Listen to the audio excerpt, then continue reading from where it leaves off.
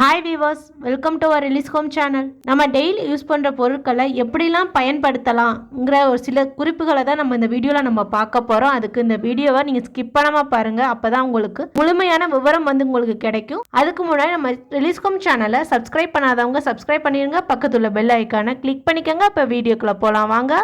இந்த மாதிரி water bottle உங்கள் வீட்டில் இருந்துச்சுன்னா இதை வச்சு நீங்கள் எப்படிலாம் யூஸ் பண்ணலான்னு பாருங்கள். ஏன்னா நீங்களே ஆச்சரியப்படுவீங்க, இந்த மாதிரி இந்த ஒரு வாட்டர் பாட்டிலை வச்சு நம்ம யூஸ் பண்ணலாமான்னு. இது ஒரு 300 ml மினி வாட்டர் பாட்டில். இது மோஸ்ட்லி நிறையா மேரேஜ் ஃபங்க்ஷன், எந்த ஃபங்க்ஷனாக இருந்தாலும் பந்திக்கு யூஸ் பண்ணுவாங்க. இல்லை நீங்கள் எங்கேயாவது பஸ் ட்ராவல் பண்ணிங்கன்னா அந்த மாதிரி இடத்துலையும் சம்டைம்ஸ் கொடுப்பாங்க. இந்த ஒரு வாட்டர் பாட்டிலை வச்சு நான் எப்படிலாம் யூஸ் பண்ணுறேன்னு பாருங்கள். இந்த வாட்டர் பாட்டிலில் ஃபஸ்ட்டு அந்த லேபிளை பிச்சு எடுத்துக்குவோம். நம்ம அந்த லேபிளை நல்லா பிச்சு எடுத்ததுக்கப்புறம் இந்த பாட்டிலில் மேலே உள்ள மூடி பகுதி இருக்குது பாருங்கள், அதை மட்டும் நான் கட் பண்ணி எடுத்துக்கிறேன். இந்த மாதிரி நல்லா கட் பண்ணி எடுத்துக்கோங்க. ஏன்னா நீங்கள் நைஃபை வச்சு லைட்டாக பண்ணாவே போதும், ஈஸியாக உங்களுக்கு கட் ஆயிரும். இந்த மாதிரி கட் பண்ணி எடுத்ததுக்கப்புறம் நம்ம வீட்டில் லூஸில் வாங்கியிருப்போம். ஏதாவது பொருட்கள், மளிகை ஜாமான் பொருட்கள் லூஸில் வாங்கியிருந்தோம்னா இந்த மாதிரி கவரில் போட்டு கொடுப்பாங்க. திருப்பி நம்ம பாக்ஸில் போட்டு பாக்ஸ் இடம் இருக்காது சம்டைம்ஸ். அந்த மாதிரி நம்ம சுற்றி அப்படியே வச்சுருவோம். அந்த மாதிரி சுற்றி வைக்கும் போது அதில் பூச்சி ஏதாவது போயிடும், இல்லை வண்டு ஏதாவது போயிடும். இல்லைன்னா சம்டைம்ஸ் நம்மளுக்கே தெரியாமல் அது கீழே கொட்டிடும். அதுக்கு இந்த மாதிரி நீங்கள் ட்ரை பண்ணி பாருங்கள். உங்களுக்கு அது நல்ல சேஃப்டியாகவும் இருக்கும். இப்படியே நீங்கள் பெர்மனெண்ட்டாக யூஸ் பண்ணுறதுனால பண்ணிக்கலாம். பாட்டிலோட மேல் மூடியை நம்ம கட் பண்ணி வச்சுருக்கோம்ல, இதை இந்த கவரில் நல்லா நுழைச்சிக்கோங்க. இந்த மாதிரி ஹோலில் விட்டுட்டு நல்லா எடுத்துருங்க. நல்லா எடுத்துட்டு இந்த மாதிரி பண்ணிக்கோங்க. இந்த மாதிரி பண்ணிங்கன்னா நீங்கள் அந்த வாட்டர் பாட்டில் மூடியை வச்சே நீங்கள் ஈஸியாக க்ளோஸ் பண்ணிக்கலாம். உங்களுக்கு இதை எதுலையாவது யூஸ் பண்ணணுன்னாலும் ஈஸியாக கொட்டிக்கலாம். பாருங்கள் எவ்வளோ ஈஸியாக வெளியில் வருதுன்னு. உங்களுக்கு கொஞ்சமாக வேணும்னா கொஞ்சமாக எடுத்துக்கலாம், நிறையா வேணுனாலும் நிறையா எடுத்துக்கலாம். இது ரொம்பவே யூஸ்ஃபுல்லாக இருக்கும். இதை நீங்கள் அப்படியே ஸ்டோர் பண்ணி வச்சுக்கலாம், ஒன்றும் பிரச்சனையே இருக்காது. பாருங்கள் இதை ஈஸியாகவும் க்ளோஸ் பண்ணிக்க முடியுது. கீழே விழுந்தாலும் நம்மளுக்கு சிந்தாது. ஈஸியாக எங்கே வேணாலும் நம்ம கேரி பண்ணிவிட்டு கொண்டு வரலாம். அடுத்த டிப்ஸ் பார்ப்போமா? ஃபஸ்ட்டு நம்ம மேலே உள்ள கேப்பை கட் பண்ணி எடுத்துக்கிட்டோம். இப்போ கீழ்ப்பகுதியை கட் பண்ண போகிறோம். இந்த மாதிரி கீழ்ப்பகுதியை கட் பண்ணி எடுத்துக்கோங்க. இந்த மாதிரி ஈஸியாகவே கட் பண்ணிடலாம். நீங்கள் கீழ்ப்பகுதியை மட்டும் கட் பண்ணி எடுத்துக்கோங்க. இந்த மாதிரி கட் பண்ணி எடுத்ததுக்கப்புறம் அடுப்பை பற்ற வச்சுக்கோங்க. அடுப்பை பற்ற வச்சுட்டு நம்ம மோஸ்ட்லி எல்லார் வீட்லேயுமே முருகு சுடுற கம்பி இருக்கும். அந்த கம்பி இல்லாட்டி ஏதாவது ஊசி கூட இருந்தால் போதும். அந்த ஷார்ப்பான எட்ஜ் இருக்கணும். அதை லைட்டாக அடுப்பில் காட்டிக்கோங்க. கம்பியை இந்த மாதிரி நல்லா அடுப்பில் காட்டிட்டு நம்ம கட் பண்ணியிருக்க பாட்டிலில் சைடில் 2 இடத்துலையும் ஒரு ஹோல் போட்டுக்கோங்க. ரெண்டுமே ஸ்ட்ரைட்டாக இருக்கணும் அந்த ஹோலு. அந்த மாதிரி நீங்கள் 2 ஹோல் போட்டுக்கோங்க. இந்த மாதிரி நம்ம அடுப்பில் காட்டிட்டு போடுறதுனால ஈஸியாக போட்டுடலாம், ஒன்றும் பிரச்சனை இல்லை. அதே மாதிரி கீழேயும் ஒரு 3 இல்லை 4, அதாவது அடி, அந்த பாட்டிலோட அடியில் ஒரு 3 இல்லை 4 ஹோலும் போட்டுக்கோங்க. இந்த மாதிரி போட்டுட்டு மேலே போட்டுக்க அந்த 2 ஹோலில் ஒரு நூல் கண்டு இருக்கும். பூ கட்டுறதுக்கு நம்ம நூல் வச்சுருப்போம். அதை ஒரு 3 இல்லை 4 லேயரை ஒரு கட் பண்ணி வச்சுக்கோங்க. இல்லை சடம்பு இருந்தாலும் சரி, இந்த மாதிரி கட் பண்ணிவிட்டு அதில் நல்லா முடிச்சு போட்டுக்கோங்க. ஒரு பேக் மாதிரி வந்திருக்கு பாருங்கள். இந்த நம்ம டிஷ்வாஷ், அதாவது பாத்திரம் கழுவுற இடத்துல உங்களுக்கு எங்கே மாட்டுறதுக்கு ஈஸியாக இருக்குமோ அந்த இடத்துல மாட்டிக்கோங்க. நான் தண்ணி திறக்கிற பைப்பில் அந்த திருகிற இடத்துலையே நான் மாட்டி வச்சுருக்கேன். இந்த மாதிரி நம்ம மாட்டிட்டு நம்ம பாத்திரத்தை கழுவிட்டு அதை ஸ்க்ரப்பை நம்ம வேறு எங்கேயாவது வச்சுட்டோம்னா, இல்லை அந்த தண்ணியிலே போட்டு வச்சாலும் அதில் ஃபங்கஸ் வர நிறைய சான்சஸ் இருக்குது. அதோடு நம்ம பாத்திரத்தை கழுவுனா நம்மளுக்கு தான் அது கெடுதி.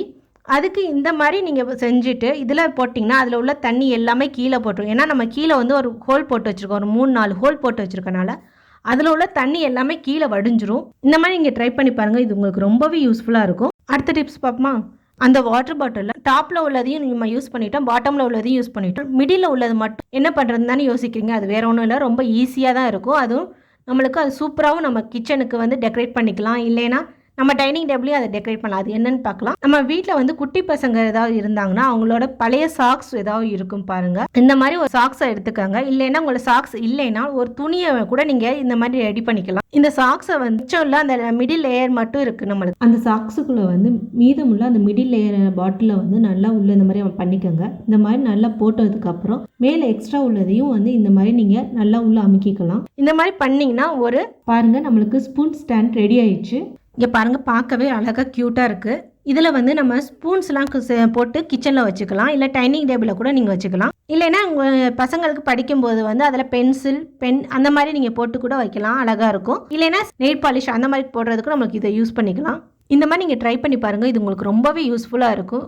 இது பிடிச்சிருந்துச்சுன்னா லைக் பண்ணுங்கள், சப்ஸ்கிரைப் பண்ண மறந்துடாதீங்க. லெமன் வந்து ரொம்ப ஹார்டாக இருந்துச்சுன்னா நம்மளுக்கு அது புளியறதுக்கு ரொம்ப கஷ்டமாக இருக்கும். அதுக்கு நான் ஏற்கனவே ஒரு வீடியோவில் நான் சொல்லியிருந்தேன், லெமனுக்கு மேலே உப்பை வந்து லைட்டாக தடவிட்டு ஒரு 10 செகண்டுக்கு அப்புறம் நீங்கள் புளிஞ்சு பாருங்கள். லெமனோட ஜூஸ் இல்லாமல் நல்லா ஈஸியாக புளிஞ்சிடலாம்.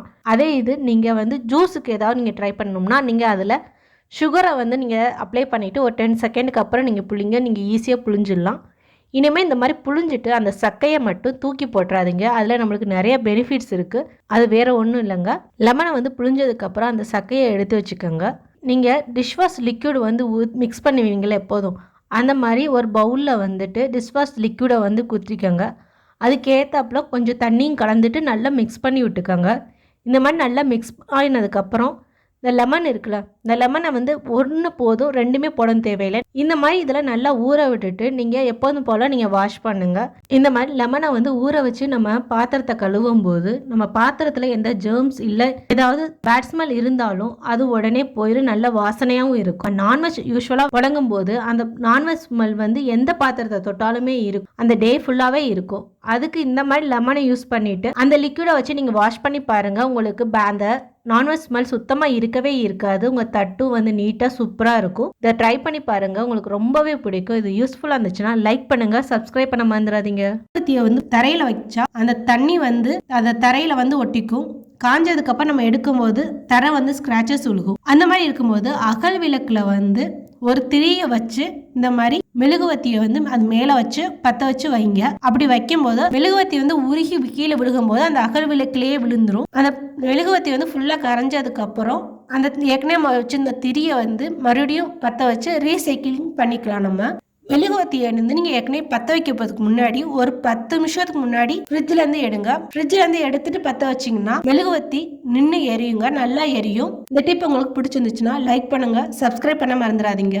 குழந்தைங்களுக்கு வந்து வெயில் காலத்தில் வேர்க்குரு ரொம்ப அதிகமாக வரும். கழுத்தில், கையில் அந்த மாதிரி குட்டி குட்டி பருவாக வந்துடும். அவங்களுக்கு வந்து நம்ம வந்து பவுட்ரு வாங்கி போடுவோம். அந்த மாதிரி நீங்கள் கெமிக்கல் பவுட்ரு வந்து வாங்கி யூஸ் பண்ணாமல் வீட்டிலேயே ஒரு இந்த மாதிரி நீங்கள் ட்ரை பண்ணிங்கன்னா உங்களுக்கு அந்த வேர்க்குருங்கிறது படிப்படியாக குறைஞ்சி சுத்தமாக இல்லாமல் போயிடும். நீங்கள் சாதம் வெந்தோன்னே சாதத்தை வடித்து அந்த தண்ணியை வந்து நம்ம வேஸ்ட்டாக கீழே ஊற்றுவோம். அந்த மாதிரி நீங்கள் வேஸ்ட்டாக கீழே ஊற்றாமல் அந்த தண்ணியை வந்து ஆறுனதுக்கப்புறம் உங்கள் குழந்தைங்களுக்கு எங்கே வேர்க்குரு இருக்கோ அங்கே அந்த இடத்துல நல்லா அப்ளை பண்ணிவிட்டு ஒரு 10 நிமிஷம் வச்சுட்டு அப்புறமாட்டி குளியாட்டுங்க. அந்த வேர்க்குரு வந்து படிப்படியாக குறைஞ்சி ஒரு 3 நாளில் அந்த வேர்க்குரு இருந்த தடமே தெரியாமல் போயிடும். பெரியவங்க இந்த சாதம் வடித்த தண்ணியை கொஞ்சம் ஆற விட்டு வெதுவெதுப்பாக கொஞ்சமாக உப்பு போட்டு நம்ம குடித்தோம்னா நம்ம உடம்புல உள்ள சூடு குறைஞ்சு நம்ம உடம்புக்கு நல்ல குளிர்ச்சியை தரும். இதை ட்ரை பண்ணி பாருங்கள், உங்களுக்கு ரொம்ப யூஸ்ஃபுல்லாக இருக்கும். இந்த டிப் வந்து உங்களுக்கு பிடிச்சிருந்துச்சுன்னா லைக் பண்ணுங்கள், சப்ஸ்கிரைப் பண்ண மறந்துடாதீங்க. இந்த டிப்ஸ்லாம் உங்களுக்கு பிடிக்கும்னு நினைக்கிறேன். பிடிச்சிருந்துச்சுன்னா நம்ம ரிலீஸ் ஹோம் சேனலை சப்ஸ்கிரைப் பண்ணிடுங்க. உங்கள் ஃப்ரெண்ட்ஸுக்கும் வந்து ஷேர் பண்ணுங்கள். பக்கத்தில் உள்ள பெல் ஐக்கானை கிளிக் பண்ண மறந்துடாதீங்க. தேங்க்யூ ஃபார் வாட்சிங்.